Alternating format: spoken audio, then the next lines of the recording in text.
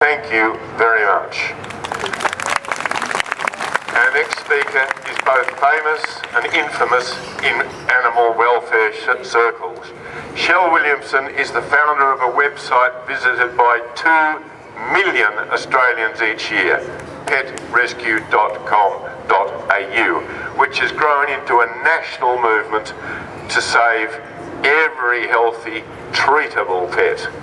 PetRescue's success has shown without the shadow of a doubt that pet lovers of Australia want an opportunity to share their homes with a rescue, and that they are willing to open their hearts to needy pets. But Shel's journey didn't finish there.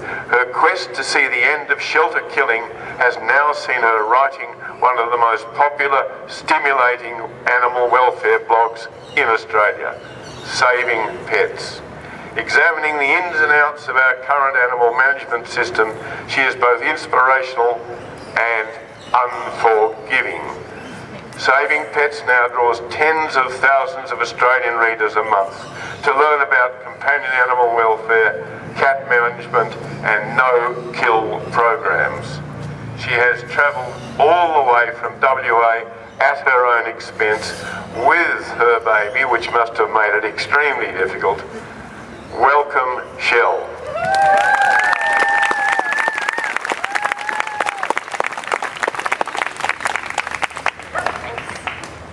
Thank you so much. I'm going to tell you something shocking here today.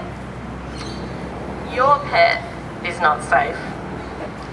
If your fence blows over and your dog wanders off, if someone leaves your front door unlatched and your cat escapes, if something spooks your dog at the park and he takes off, or if some half-wit opens your gate, your pets are not safe. As pet owners and pet lovers, we do the right thing. We pay pet registration fees to the tune of millions of dollars each year and make yearly donations to charity shelters of more than $100 million. We believe that we are paying for a pet management system that will care for and protect our pets should they ever become separated from us. And we are told that the problem lies with irresponsible owners, undersexed pets and overpopulation, but we are wrong. Instead, shelters kill our animals with heartbreaking frequency. Owned pets, lost pets and animals in need are all swept up in this vast killing system that is deemed acceptable and normal. If you think your pet is safe, you're wrong. And if you're counting on your pet's microchip to save them, consider this. A 2011 report from WA showed just 48 of nearly 150 councils had a microchip scanner. Inconceivable and unbelievable. What's been happening to people's pets at these other councils? What's more, major national microchip manufacturer Virbac has revealed that thousands of microchips implanted between 2010 and 2012 are faulty and can't be read. And even then, for a microchip to work, you're relying entirely on the hope that the pound operator cares enough to scan your pet thoroughly and effectively. However, there is little incentive for them to do so. Should your pet be acting scared or aggressive, there's a clause in legislation in nearly all states which allows pound staff to simply kill your pet without scanning them.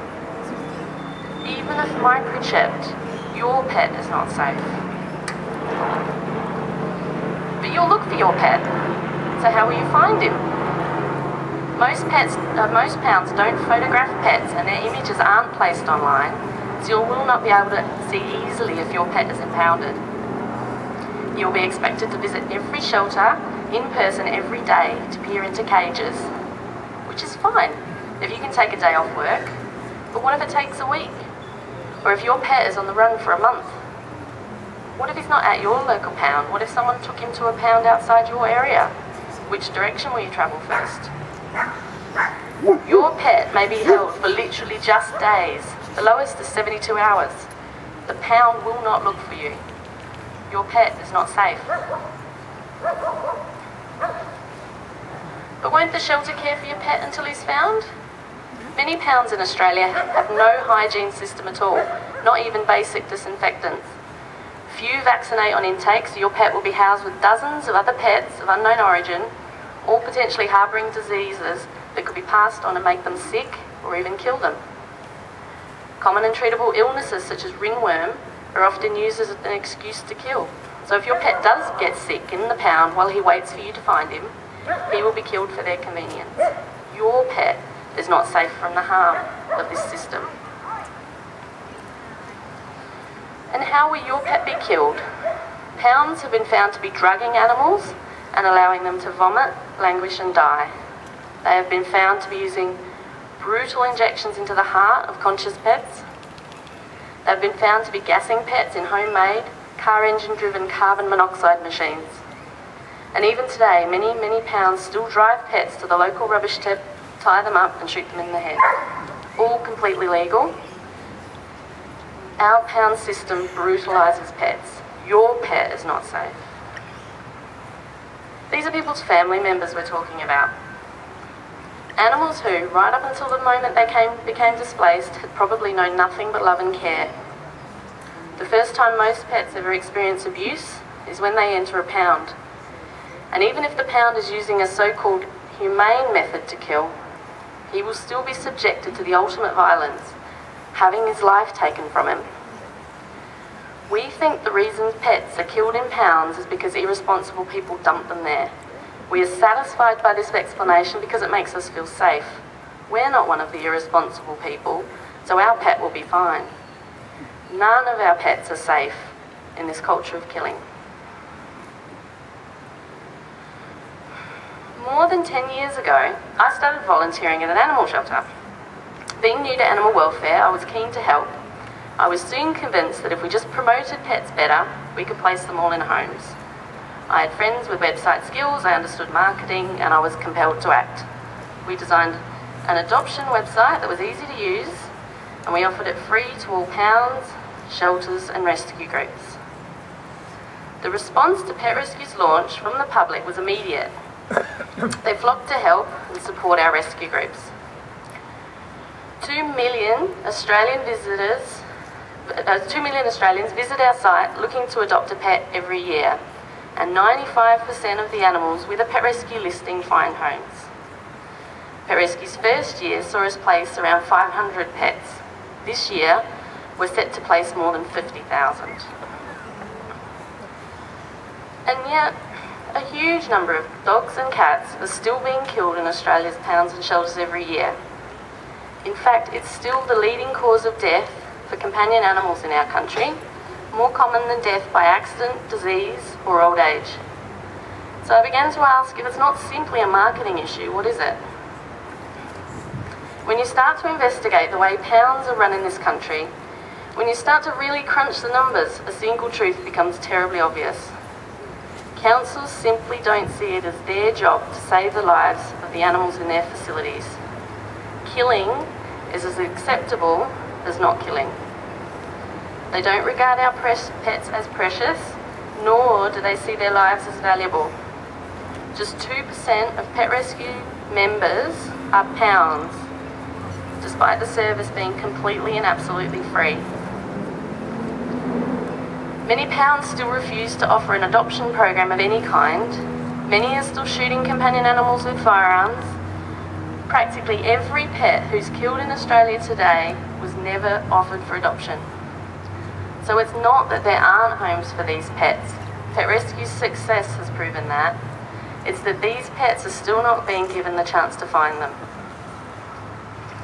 Councils are outsourcing their animal sheltering responsibilities to charity pounds. By collecting multiple tenders, these charities create an artificial state of overpopulation and use this to justify the use of killing to manage their shelter populations. All the while councils don't see it as their responsibility to save lives. They do little to challenge or work to drive these kill rates down. The only thing that can protect our pets is making local councils accountable to safeguard, treat and rehabilitate the animals they're being paid to care for. They need to see each and every pet as a valued creature who either needs to go home or be found a home. We need to reject death as an acceptable outcome for shelter animals. Everyone here wants to see a better tomorrow for animals, and everyone here wants to know how they can help make that a reality. It doesn't matter if you're a shelter worker, a volunteer, a rescuer, an activist, or if you simply defined yourself as an animal lover. If you have a commitment to implementing no-kill programs in your community, you will succeed. As a wealthy, pet-loving nation, we should boast a world-leading animal management system. We give more than $100 million a year to the major animal charities because we want to see pets saved. We can solve this issue today. The single most important thing you can do is take an audit of the way your local council deals with animal control. Find out exactly what's going on at your local council pound. Find out exactly what results your taxes and your pet registration fees are achieving. Each and every high-kill pound is surrounded by animal lovers who are currently unaware of what's going on at their local facility. If healthy, treatable pets are dying in your local shelter, your shelter is in crisis, and they should be responding as such. They must resource only the essentials, put every effort into rehoming animals, form relationships to expand life-saving capabilities, and offer full transparency to afford your community the chance to assist. They must stop niggling over terminology, stop defending poor performance, stop trying to think up reasons to shut out rescue groups, and move to the opposite end of the spectrum, asking you, their local community, how to help them now in any way you can. Shelters are like every other public service. We wouldn't excuse a poorly performing hospital by saying people shouldn't get sick. Neither should we explain away the poor performance of a pound by saying pets shouldn't end up there. The community becoming more knowledgeable about their local council pound's operations has the potential to save more lives than any other advocate action. As no-kill sheltering gains momentum across the globe, and more people realise that successful overseas programs will work in Australia and in our own communities, it will become clear that pets have not been dying because of overpopulation or an irresponsible public. Our pets are dying because an ineffective, apathetic and brutal pound system is killing them. They are our pets. We love them like family. They deserve safety. It's time for those who defend the killing to get out of the way. The rest of us have important work to do.